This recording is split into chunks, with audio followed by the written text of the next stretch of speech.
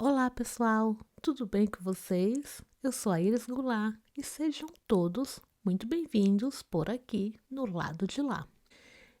Pessoal, eu tenho uma amiga que ela mora nos Estados Unidos, né?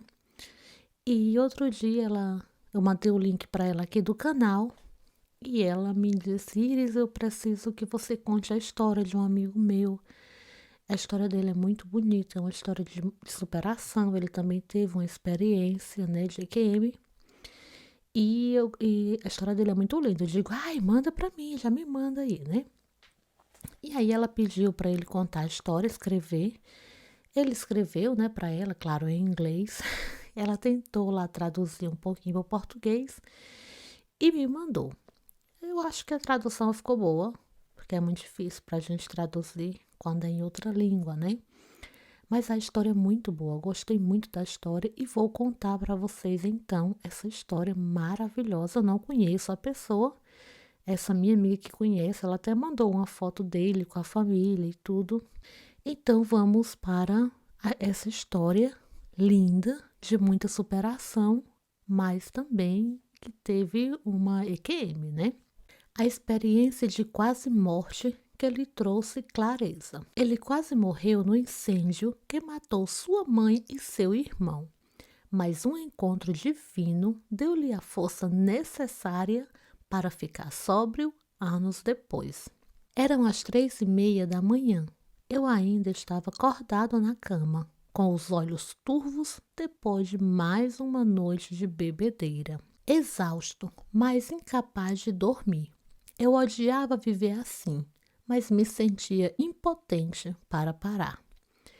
Eu era um fisioterapeuta de 27 anos que trabalhava com vítimas de queimaduras em um hospital no centro da Flórida. Quem me via de fora pensava que eu estava a caminho do sucesso. Eu tinha um barco e um chalé alugado de 3 quartos no cais, mas eu bebia até adormecer, todas as noites.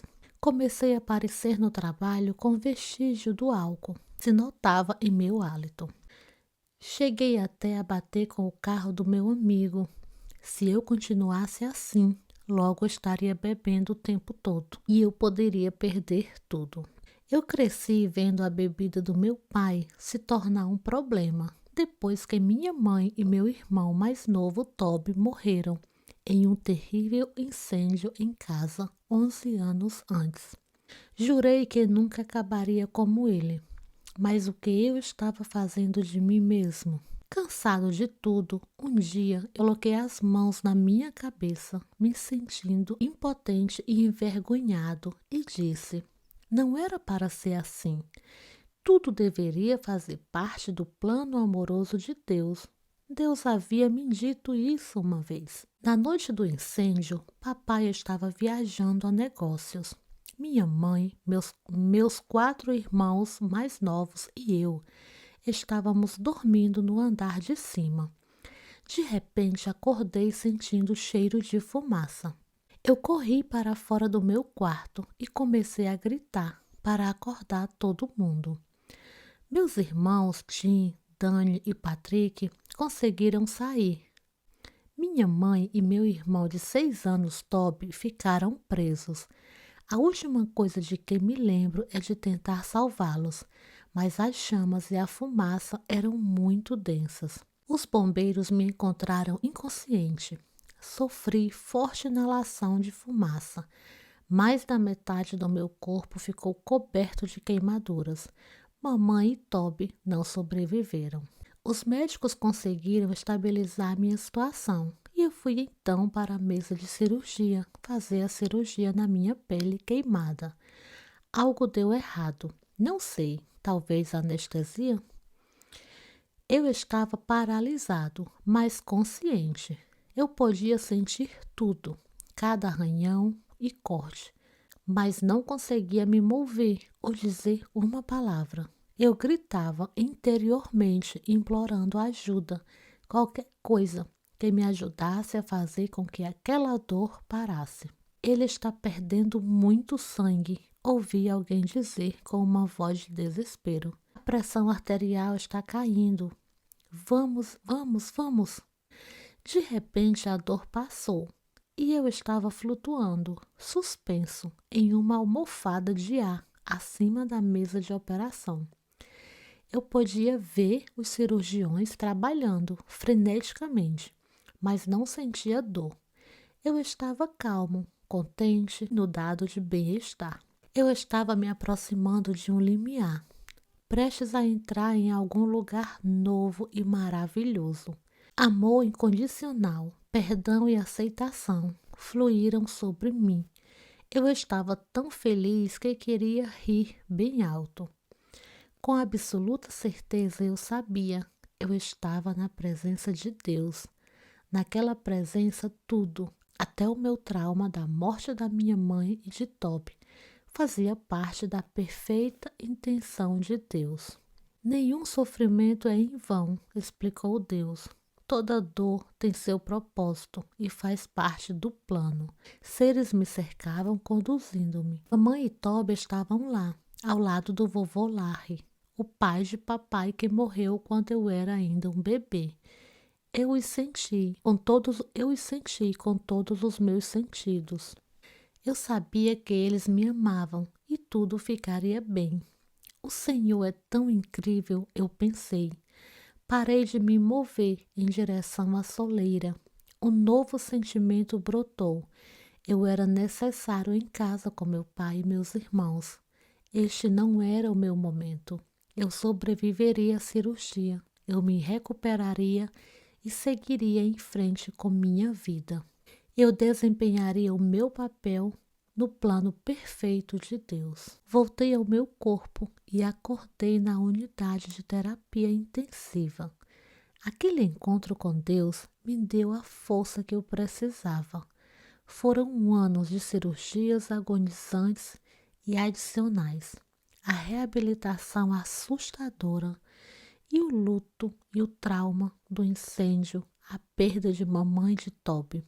No fundo da minha alma, me sentia confiante, sabendo que todas as coisas faziam parte do plano de Deus. Eu me sentia mais seguro.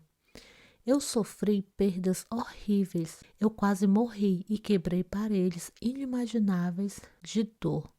Mesmo quando o papai perdia o controle da bebida, mantive a convicção de que Deus me segurou e tudo o mais em suas mãos. Essa convicção era tão forte que se tornou o alicerce de minha fé. Por fim, deixei que a confiança suprema tomasse o lugar da busca ativa de Deus. A vida teria seus desafios, mas com a ajuda de Deus, eu acreditava que tudo era possível. Então, por que comecei a beber? Eu não desconhecia o perigo. O pai do meu pai também era um alcoólatra problemático. E eu sabia que o alcoolismo é comum nas famílias. Jurei que não me tornaria o próximo alcoólatra da minha família. Em vez disso, acreditava que poderia manter o vício sob controle. No ensino médio, eu gostava da maneira como o álcool aliviava minha dor física persistente e me ajudava a superar a autoconsciência sobre minhas queimaduras. Eu bebia socialmente, mas cuidava para que o álcool não interferisse nos meus estudos. Tentei manter o mesmo equilíbrio na faculdade, trabalhando duro durante a semana para poder festejar muito nos finais de semana. Pouco a pouco, a bebida foi aumentando. Finais de semana foi expandindo para incluir sexta-feira e depois quinta-feira. Logo eu estava bebendo todos os dias. Eu sabia onde isso iria terminar, mas não queria admitir. Papai entrou em recuperação enquanto eu estava na faculdade. Levei-o ao Centro de Tratamento de Viciados em um hospital católico de Cleveland. Ele claramente precisava de ajuda. Eu me convenci de que eu era diferente. Agora, olhando para o telefone, às 3:30 da manhã, era impossível negar que eu tinha um grande problema. Como minha maravilhosa confiança na provisão de Deus se transformou nessa terrível realidade. Vasculhei minha memória, procurando o momento decisivo em que tudo começou a ficar fora do controle. Talvez não tenha havido um momento decisivo. Talvez o problema fosse mais profundo do que isso. Talvez o alicerce da minha fé, aquela confiança no plano de Deus, uma dádiva do meu encontro durante a cirurgia, tenha sido reduzido pelo álcool e uma justificativa egoísta de minhas próprias más escolhas. Sim, Deus estava lá para mim. Eu fazia parte do plano dele, mas eu não estava fazendo a minha parte. Quando foi a última vez que eu orei? Realmente pedi ajuda a Deus e me joguei em sua misericórdia? Eu não conseguia me lembrar. Eu tentava. A próxima coisa que eu sabia era que eu estava discando o número do meu pai. Pai, é o Mark, eu disse. Acho que sou alcoólatra. Papai estava bem acordado. Sua voz era calma e amorosa. Graças a Deus, disse. Não se preocupe, filho. Vai ficar tudo bem. Muito mais do que bem. Ele estava certo. Com seu encorajamento e orações, me hospedei em uma clínica de desintoxicação em Orlando e comecei a frequentar as reuniões dos 12 Passos, que continuo a fazer até hoje.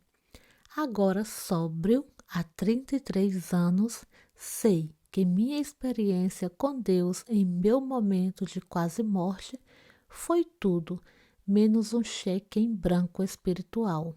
Foi um convite para fazer do plano de Deus, não meu, o centro da minha vida. Um convite que finalmente comecei a aceitar na noite em que liguei para o meu pai. É isso aí, pessoal. Esse foi o relato de hoje. Espero que vocês tenham gostado. Me contem aqui nos comentários o que vocês acharam. Bem interessante essa experiência, né, de Mark, porque ele teve uma experiência quando era criança, aí se perdeu, né, no vício, e depois de adulto, já formado, né, um fisioterapeuta formado, trabalhando e tudo, com uma belíssima carreira, né, de sucesso, quando chegava em casa, ele caía, né, no vício e bebia até dormir. Bebia até dormir, então foi bem difícil, mas ele, né, muitos traumas, né, então os levaram a isso. Me contem aí o que vocês acharam e não se esqueçam, se você tem se você viveu uma experiência de EQM, tem uma história para contar, pode não ser sua, pode ser de alguém que você conheça, como o caso dessa minha amiga de Orlando, que conheci esse rapaz, o Mark, e ele já contou essa história várias vezes e ela quis me mandar, né?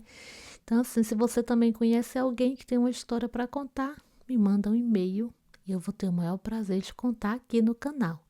Muito obrigado a todos, até o próximo vídeo. A gente se vê por aqui. Beijos, tchau, fui!